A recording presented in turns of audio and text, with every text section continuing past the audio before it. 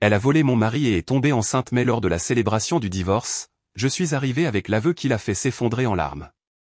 Je m'appelle Hazel Whitmore, j'ai 36 ans, avocate d'affaires basée à Atlanta, en Géorgie. Ma vie tournait autrefois autour de deux mots, stable et sûr. Ou du moins, c'est ce que je croyais depuis 10 ans, depuis le jour où j'ai épousé l'homme que je pensais être mon plus solide fondement. Jared Whitmore est directeur régional pour une grande entreprise pharmaceutique. Un homme calme, ingénieux, qui savait toujours comment faire paraître tout parfait de l'extérieur. Nous nous sommes rencontrés lors d'un symposium à Houston. Il m'a approché lentement, délibérément, comme s'il savait exactement quand s'avancer et quand se retenir. Tout entre nous s'est déroulé si fluidement que je me suis un jour demandé si le destin ne me faisait pas un cadeau. Nous nous sommes mariés quand j'avais 30 ans. Un mariage simple au bord du lac Tahoe, juste avec des amis proches et la famille.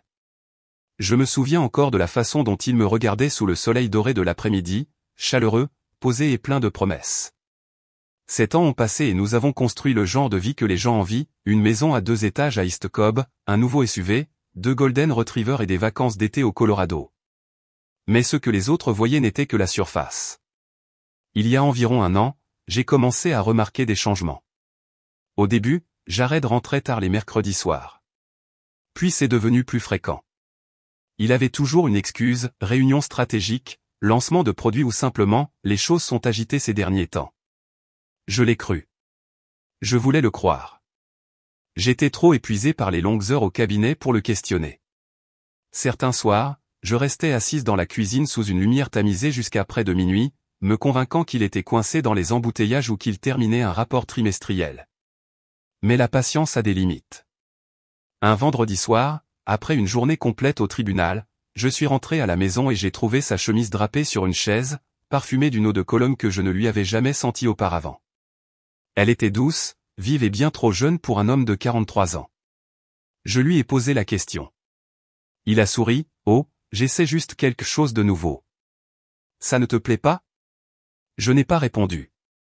Je suis allé dans la cuisine, j'ai ouvert le réfrigérateur, j'ai pris un soda et j'en ai bu la moitié, essayant de ravaler les questions dont je n'étais pas sûr de vouloir entendre les réponses.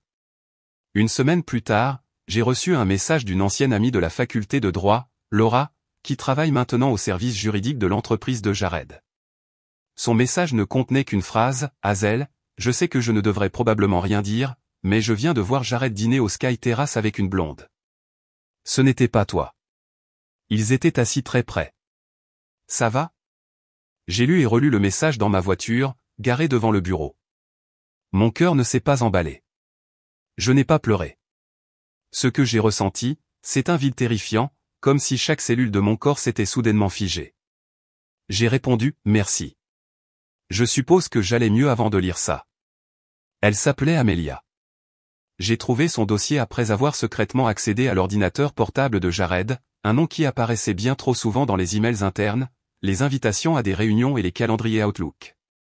Amelia Hart, nouvelle associée marketing du siège, 28 ans, blonde et ancien mannequin fitness. Le genre de fille qui sait sourire au bon moment et appeler les hommes plus âgés, monsieur, d'une voix qui vous donne la chair de poule. Je l'avais rencontrée une fois à la fête de Noël de l'année dernière. Elle m'avait dit que ma robe mettait en valeur mon teint. En y repensant, je crois que je lui ai souri en retour. Probablement de la même manière que je souris aux témoins à la barre auxquels je ne fais pas confiance. Je ne suis pas du genre à tirer des conclusions hâtives sans preuve, mais je ne suis pas non plus le genre de femme à fermer les yeux quand chaque instinct dans ma poitrine hurle. Après le message de Laura, j'ai commencé à observer Jared comme un étranger. La façon dont il prenait ses appels dans une autre pièce, l'absence dans sa voix, le contact physique qui disparaissait lentement. Tout avait une raison, et je commençais à la comprendre. Je ne l'ai pas confronté tout de suite. Au lieu de cela, je suis allé au Sky Terrace un mercredi soir, à 19h précise. Jared m'avait dit qu'il avait une réunion avec le bureau de Savannah. J'ai commandé un verre de vin blanc et je me suis assise dans le coin le plus discret où je pouvais observer sans être remarqué. Et puis ils sont entrés, Jared et Amelia. Je m'y étais préparé, mais le voir poser sa main sur son dos, lui chuchoter quelque chose qui la fit glousser, cela me serra quand même la gorge. Elle rapprocha sa chaise, Jared se pencha, souriant comme s'il n'avait jamais entendu le nom d'Hazel. Ce n'était pas un malentendu. Ce n'était pas un soupçon. C'était une trahison. Flagrante, calculée et assez froide pour me faire frissonner. Je suis parti avant qu'il ne commande. Je ne voulais pas que la rage me guide. J'avais besoin qu'il le dise en premier. 3 jours plus tard, après que Jared eut fini sa douche et se séchait les cheveux avec une serviette dans la chambre, je me suis assise au bord du lit, gardant ma voix stable. J'ai vu Amelia au Sky Terrace la semaine dernière. La serviette glissa de sa main. Ses yeux se figèrent moins d'une seconde avant de se détourner. Oh, je pense que tu as mal compris quelque chose. Non, je n'ai pas mal compris. Je t'ai vu assis avec elle, ta main sur son dos, et je me souviens qu'elle a dit un jour qu'elle aimait l'eau de Cologne au bois de cèdre, celle que tu as soudainement commencé à porter. Il rit maladroitement et se dirigea vers la coiffeuse, essayant d'esquiver la conversation. Hazel, tu sais, ce n'est pas aussi sérieux que ça en a l'air. C'est juste une collègue. Les choses ont été distantes entre nous ces derniers temps. Depuis quand, demandai-je, le ton sec. Depuis que j'ai commencé à travailler 70 heures par semaine pour que tu puisses investir dans l'immobilier, ou depuis que tu as commencé à supprimer des réunions de ton calendrier Outlook? Il se retourna, pris au dépourvu et frustré. Très bien, tu veux de l'honnêteté? Nous nous voyons, mais je ne l'avais pas prévu. C'est juste arrivé. Je me suis levé et je l'ai regardé dans les yeux. Les liaisons n'arrivent pas juste comme ça. Tu n'as pas trébuché pour tomber dans son lit. Tu as choisi ça, encore et encore. Jared ne répondit pas, et j'ai su à ce moment-là que j'avais atteint la fin de notre mariage. J'ai fait ses valises ce week-end-là. Je n'ai pas pleuré. Je n'ai pas supplié. La maison nous appartenait à tous les deux. Mais je suis resté. Certaines choses, je n'étais pas encore prête à les laisser partir. Et certaines choses, il ne méritait plus de les garder. Je pensais que c'était la fin. Je pensais avoir déjà affronté le pire. Mais 6 semaines plus tard, il est revenu. Et pas avec des excuses. C'était un jeudi après-midi pluvieux. Jared se tenait sous l'avancée du porche, son manteau trempé, les yeux fixés sur moi avec un mélange de panique et d'espoir. Nous devons parler, dit-il. J'ai croisé les bras. Nous l'avons déjà fait. Il n'y a plus rien. Hazel, déglut-il difficilement, Amelia est enceinte. 11 semaines. C'est de moi. J'entendais la pluie derrière moi, sentais mon cœur battre la chamade comme s'il voulait sortir de ma poitrine, mais mon visage resta impassible. Pas de colère, pas de tristesse, juste un étrange silence sans fond, comme si je le voyais de très loin. Pourquoi es-tu venu ici, demandai-je. Félicitations. Tu penses que je mérite de savoir? Je hochai la tête.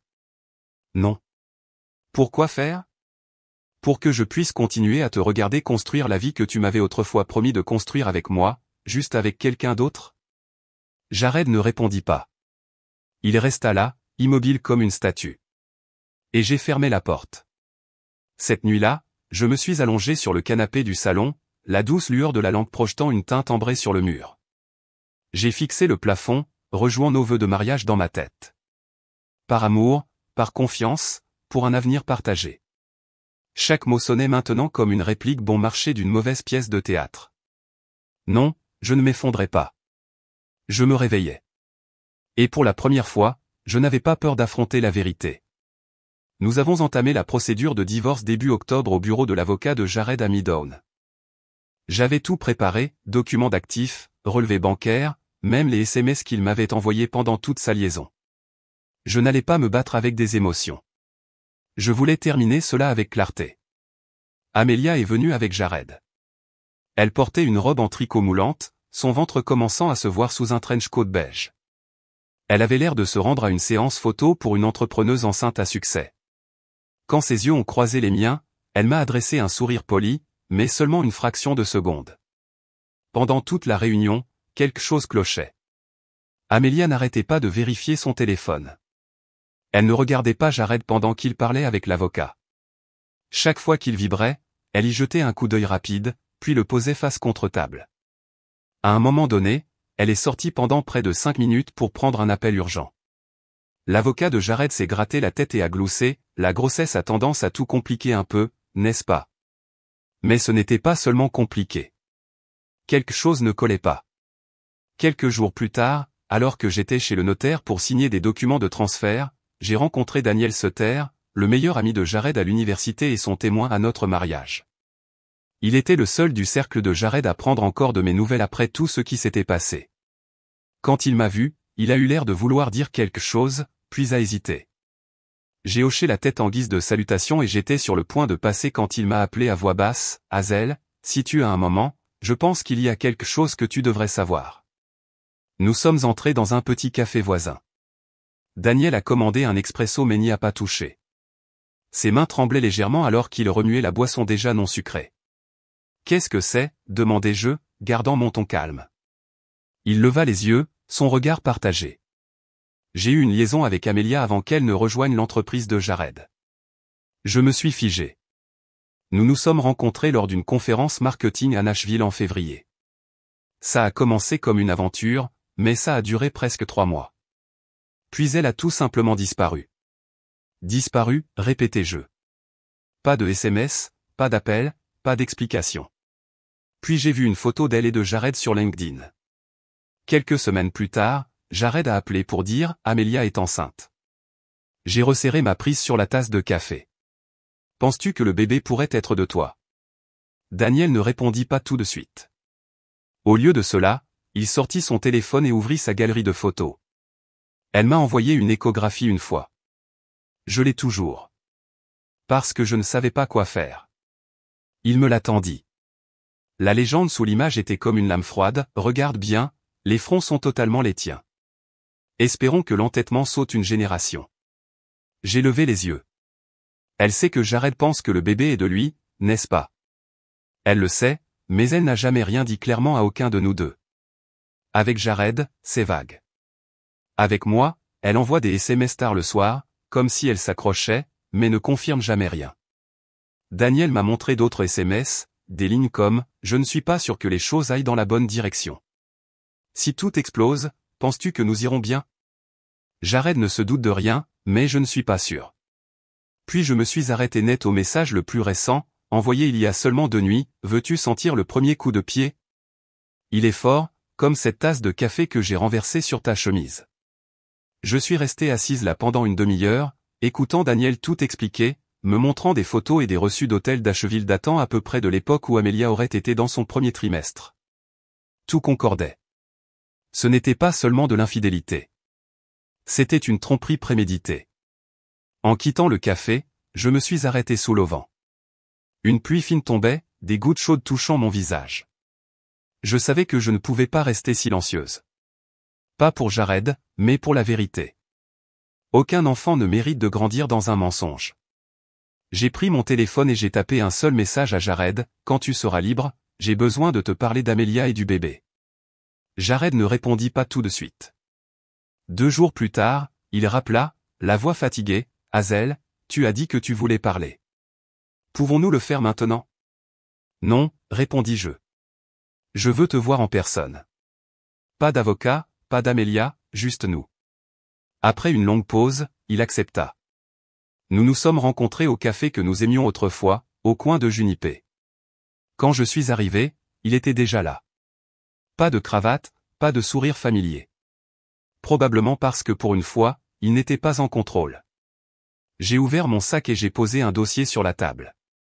Voici la vérité que tu n'as jamais demandé mais que tu aurais dû connaître avant d'élaborer ta nouvelle vie avec Amelia.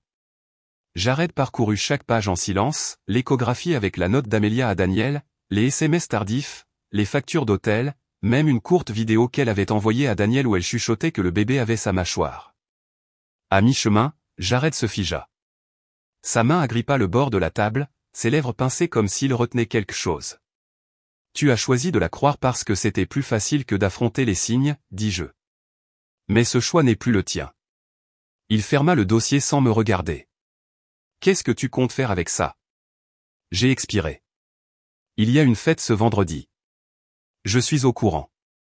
Amelia a envoyé une invitation à un ami commun, supposant que j'étais hors jeu, Jared hocha lentement la tête, silencieusement. Une célébration pour de nouveaux commencements, tenue à l'hôtel Langston, salle Grand Oak. Je fis une pause. Tu te souviens? C'est là que nous avions réservé pour notre 5e anniversaire. Jared ferma les yeux. Je n'avais pas besoin de regarder de près pour voir que les rides sur son visage s'étaient creusées. Daniel et moi serons là. Pas pour gâcher quoi que ce soit, mais pour dire la vérité publiquement aux personnes avec qui tu as choisi de célébrer. Si tu veux empêcher ça, il n'y a qu'un seul moyen, fais ce qu'il faut toi-même. Il me regarda alors, ni sur la défensive, ni combatif, juste le regard vide d'un homme réalisant qu'il avait construit sa vie sur du sable. Daniel me rejoignit la veille de la fête à mon bureau. Il apporta tous les originaux, photos, emails, enregistrements vocaux qu'Amelia lui avait envoyés, y compris un message vocal tardif, je ne sais pas quoi faire. Jared continue de peindre cet avenir parfait. Et je ne suis pas sûr de vouloir vivre comme ça. Nous avons tout imprimé en double. J'avais une copie de sauvegarde sur une clé USB au cas où nous aurions besoin de l'afficher sur grand écran. Daniel était tendu, mais il n'a pas reculé. « Es-tu sûr que cela devrait se passer devant tout le monde ?» demanda-t-il. « J'y ai pensé, répondis-je. Mais la vérité n'a de pouvoir que lorsqu'elle ne peut pas être déformée à huis clos. Nous ne faisons pas ça par vengeance. C'est pour l'enfant. Ce bébé mérite de savoir qui il est vraiment. » Vendredi soir, l'hôtel Langston scintillait. Je suis arrivé avec 10 minutes d'avance, portant une robe noire à encolure carrée, la même que celle que je portais lors de ma première audience au tribunal des années auparavant. Je l'appelle la « robe déclaration » parce qu'à chaque fois que je la mets, je dis quelque chose que la plupart des gens ont trop peur de dire à voix haute. Daniel arriva quelques minutes après moi. Son expression était stable, bien que la nervosité persistât dans ses yeux. Nous sommes entrés ensemble, nous dirigeant directement vers la salle de banquet Grand Oak. À l'intérieur, c'était exactement ce à quoi je m'attendais, verre de vin, rire et toast. Personne ne parla quand Daniel et moi sommes entrés dans la pièce. Tous les yeux se tournèrent vers nous, la surprise balayant la salle comme un courant. Les conversations s'arrêtèrent en pleine phrase, les verres de vin figés en l'air, et les regards passèrent d'une table à l'autre. Jared se tenait près du podium, venant de terminer un discours de remerciement. À côté de lui, Amelia s'accrochait légèrement à son bras, comme pour renforcer sa place. Elle sourit jusqu'à ce qu'elle me voie. Alors son sourire vacilla en pleine courbe. J'ai marché droit vers eux et me suis arrêté à quelques pas. Daniel se tenait à côté de moi, plus calme que je ne l'avais jamais vu. « Merci de m'avoir invité à la fête, Amelia, dis-je. Je suis ici pour vous féliciter tous les deux. Mais j'ai aussi apporté un cadeau. Quelque chose que je pense que Jared devrait ouvrir avant que quiconque ne lève un autre verre. » Amelia parla la première, son sourire maintenant cassant. « Hazel, c'est une fête privée. Si tu as quelque chose à dire, garde-le peut-être pour une autre fois. » Je la regardai directement. Je le pensais aussi, jusqu'à ce que je réalise que ce que tu as fait ne m'affecte pas seulement moi. Cela affecte l'homme qui se tient à côté de toi. Jared tourna les yeux, soudainement sur le qui-vive. Daniel s'avança. Amelia, nous devons parler, et Jared doit entendre ça aussi. J'ai posé le dossier sur une table voisine et je l'ai ouvert. Jared, ces documents, messages, photos, enregistrements, même une échographie. Ils pointent tous vers une vérité très probable, le bébé qu'Amelia porte n'est peut-être pas le tien. Il se figea sur place. Amelia laissa échapper un rire sec et aigu. Qu'est-ce que c'est? De la jalousie classique, Hazel? Ou essaies-tu encore de jouer la victime? Daniel? Daniel secoua la tête. Amelia, tu sais mieux que quiconque. Ce n'est pas une histoire que j'ai inventée. C'est toi qui m'as envoyé l'échographie avec la note « Les fronts sont totalement les tiens ». C'est toi qui m'as envoyé un message à minuit en disant que tu n'étais pas sûr que Jared soit le père. Ce n'est pas vrai. Lança-t-elle. C'était une blague, Daniel. Tu déformes tout pour t'arranger. J'ai sorti une photo imprimée de mon téléphone, celle qu'elle avait envoyée à Daniel, ainsi que l'enregistrement de sa voix disant « Veux-tu sentir le premier coup de pied ?» Je me suis tourné vers Jared. As-tu déjà été invité à ces rendez-vous d'échographie? Il secoua lentement la tête. Elle t'a dit que le médecin n'autorisait pas les invités. Jared hocha la tête doucement. Daniel murmura, Hazel, joue la vidéo. J'ai augmenté le volume du haut-parleur du téléphone, le tenant près du micro sur la table. La voix d'Amelia se fit entendre. Douce, soignée, inimitable, Jared ne se doute de rien. Il croit tout. Je ne l'ai même pas laissé toucher mon ventre au rendez-vous. Les choses se passent plus facilement que je ne le pensais. La pièce retint son souffle. Amelia haleta. C'est faux. Ce n'est pas ma voix. C'est un coup monté. Jared se tourna vers elle. J'ai renoncé à Hazel pour ça. Parce que tu as dit que c'était un début honnête. Je n'ai pas. Sa voix se brisa. Jared, j'ai paniqué. Je ne savais pas quoi faire, mais je t'aime. Vraiment. Daniel parla doucement. Tu m'as dit la même chose. Même mot, même ton. Amelia le regarda comme s'il l'avait giflé. Tu n'es rien. Tu n'étais que le plan de secours. J'ai choisi Jared. J'ai baissé les yeux sur le dossier. Et maintenant, tu l'as dit à voix haute. Jared ne se tenait plus droit. Il recula d'un pas, comme si le sol s'était dérobé sous ses pieds. Je n'avais jamais vu ses yeux aussi rouges. Pas de colère, mais d'un effondrement qu'il ne pouvait arrêter. Il se tourna vers Amelia, sa voix à peine audible, « Quand allais-tu me le dire ?» Il n'y eut pas de réponse. Une vague de silence traversa la pièce. Puis les gens commencèrent à partir. Un couple plus âgé s'éclipsa le premier, évitant tout contact visuel. Un groupe de jeunes invités à l'arrière rangea discrètement leur téléphone dans leur sac, murmurant des excuses polies. Tout le monde comprenait. Cette fête était devenue tout autre chose, un jugement public. Amelia cessa de résister. Elle baissa la tête, attrapa son sac à main et sortit rapidement de la pièce. Jared resta figé, les yeux la suivant. Puis il se tourna vers moi. Merci, dit-il, la voix rauque. De ne pas m'avoir laissé vivre plus longtemps dans cette illusion. Je hochai légèrement la tête. Je n'ai pas fait ça pour toi. Je l'ai fait pour la vérité, et pour l'enfant. Il mérite de grandir en connaissant la véritable histoire. Daniel se tenait à côté de moi, silencieux mais stable. Nous n'avions rien gagné. Mais nous n'étions plus trompés. Après le départ d'Amelia de la fête, l'atmosphère dans la pièce ne revint jamais tout à fait à la normale. Jared resta figé. Les invités restants s'attardèrent, en partie par politesse, en partie par curiosité, attendant de voir ce qui allait se passer ensuite. Je ne dis rien de plus. La vérité avait déjà été exposée dans cette pièce, et il n'y avait pas besoin de la répéter. Finalement, Jared se tourna vers moi. Ses yeux étaient rouges, plus vifs de confiance comme l'homme qui dirigeait autrefois chaque réunion sans hésitation. Hazel, commença-t-il, la voix sur le point de se briser, j'ai eu tort sur tout. Sur toi, sur elle, sur ce soi-disant nouveau départ que j'ai aveuglément poursuivi. Je le regardais tranquillement. Je ne sais pas comment arranger les choses, continua-t-il. Mais si tu me donnes une chance, juste une, je prouverai que certaines choses peuvent être réparées. J'ai pris une profonde inspiration. Tout n'a pas besoin d'être réparé, Jared. Certaines choses ont besoin d'être laissées partir. Je ne peux pas te laisser partir, dit-il rapidement. 7 ans, Hazel. Nous étions une équipe. J'ai été idiot. Mais tu me connais mieux que quiconque, n'est-ce pas? Tu ne sais plus qui je suis, répondis-je. La femme que tu as quittée il y a 6 mois n'est plus là maintenant. Elle a survécu. Elle a réappris à respirer. Et elle a réalisé que sa valeur ne dépend pas de la façon dont quelqu'un d'autre la voit. Silence. Jared baissa la tête, les épaules tremblant légèrement. Je continuai calmement, je ne dis pas ça pour te punir.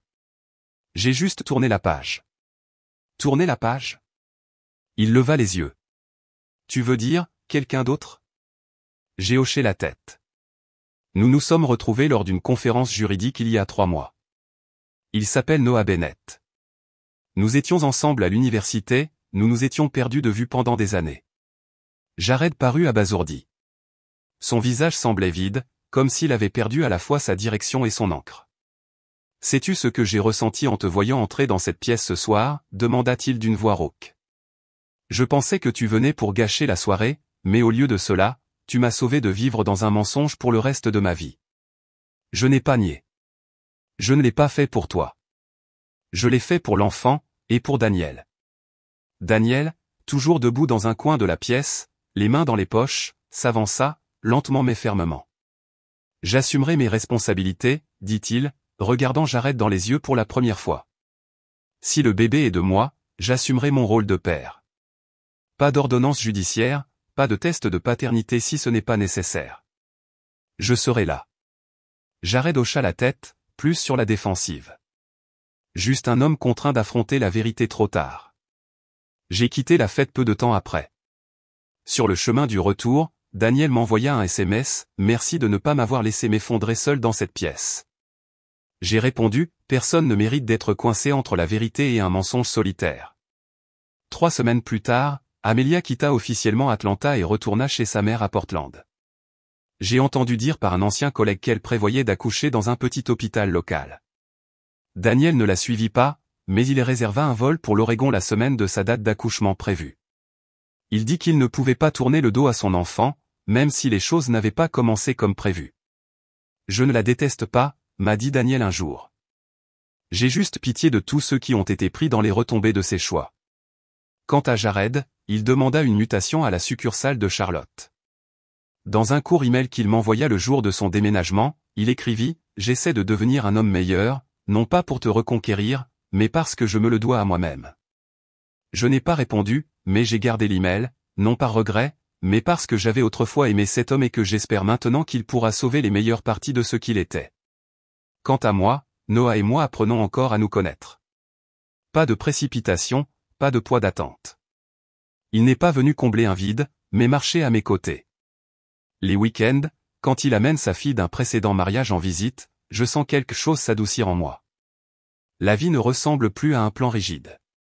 C'est plus comme du jazz. Parfois décalé, mais toujours de la place pour quelque chose de réel. 2 mois après la fête à l'hôtel Langston, j'ai reçu un message de Daniel, elle est là. Elle s'appelle Lily. Elle a ma mâchoire. Pleure comme personne d'autre. J'ai souri en le lisant, non pas parce que c'était une fin parfaite, mais parce que dans tout ce chaos, quelque chose avait quand même réussi à grandir. Un enfant né du désordre, mais méritant un départ plus doux. Daniel envoya une photo, Lily blottie dans une couverture tricotée, les yeux fermés, les lèvres légèrement retroussées comme si elle rêvait d'un monde pas encore fissuré. Il n'avait pas besoin de le dire. Je savais qu'il resterait, non par obligation, mais parce que quelque chose de plus profond l'avait ancré. Il s'envola pour Portland dès que l'hôpital appela. Il ne resta pas avec Amelia, mais il signa l'acte de naissance. Je savais que ce n'était pas facile, mais il choisit ce qui était juste, pas ce qui était pratique. Jared quitta Atlanta. Je n'ai plus eu de nouvelles depuis, seulement qu'il essaie de se redécouvrir dans une ville où personne ne le connaît comme le mari ou le père de quelqu'un. Parfois, la distance est le seul espace assez large pour contenir ce qui reste.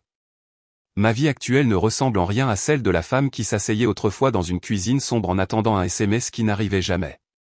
Je me réveille plus tôt, je déjeune plus lentement, et je ne me force plus à être forte tout le temps. Noah, l'homme que j'appelais autrefois le virage manqué, est devenu mon vrai compagnon. Nous ne nous précipitons pas, nous ne couvrons pas les fissures avec de la nouvelle peinture. Chaque conversation, chaque dîner que nous cuisinons, chaque week-end avec sa fille au parc me rappelle que l'amour n'aveugle pas. Il illumine. Nous prévoyons un petit mariage dans le jardin. Pas de demoiselle d'honneur, pas de scène, juste quelques amis, des bougies et une promesse tranquille. Je pensais autrefois que le bonheur était une destination. Maintenant, je sais que c'est quelque chose que nous apprenons à construire jour après jour, même quand nos mains tremblent encore et que notre cœur se souvient encore de la douleur. Les gens demandent souvent, Hazel, si tu pouvais revenir en arrière, choisirais-tu un chemin différent? La réponse est non. Je ne regrette pas d'avoir aimé Jared. Je ne regrette pas de lui avoir fait confiance, parce que sans ces années, je n'aurais pas eu le courage d'affronter la vérité ni la force de me relever d'un chagrin d'amour sans m'endurcir. Ce n'est pas une histoire de vengeance. Je ne me suis pas levé pour exposer quelqu'un juste pour le faire souffrir comme j'ai souffert. Je l'ai fait parce que la vérité mérite d'exister en dehors des coins où l'on chuchote. Je n'ai pas survécu pour prouver quoi que ce soit au monde. J'ai survécu parce que je mérite de vivre la vie que je choisis pour moi-même. Et si vous êtes arrivé jusqu'ici, si vous êtes au milieu d'une trahison, d'un doute ou d'une perte, je n'ai pas de réponse perfecte. Mais j'ai ceci, la vérité, aussi brutale soit-elle, est toujours le début de la liberté. Hier soir, en arrosant le jardin, j'ai entreaperçu mon reflet flou dans la vitre. Pas de chaos. Pas de bouclier, pas besoin de prétendre être quelqu'un d'autre. Juste une femme debout dans son propre jardin, sachant exactement ce qu'il faut garder et ce qu'elle est enfin prête à lâcher. Pas besoin de le dire à voix haute. Certaines choses sont déjà assez claires. L'histoire d'Azel ne concerne pas seulement le dépassement de la trahison. C'est un rappel que la vérité, même douloureuse, est là où commence la liberté. Dans la vraie vie, nous sommes tous confrontés à des effondrements qui semblent impossibles à surmonter. Mais la façon dont nous réagissons, dont nous nous écoutons et avançons avec grâce définit qui nous devenons. Pas celle qui est laissée pour compte, mais celle qui s'est levée et a réécrit son histoire selon ses propres termes. Que pensez-vous du parcours d'Azel et des choix qu'elle a faits? Partagez vos réflexions ci-dessous et n'oubliez pas de suivre la chaîne pour plus d'histoires sincères et significatives sur la vie et l'amour.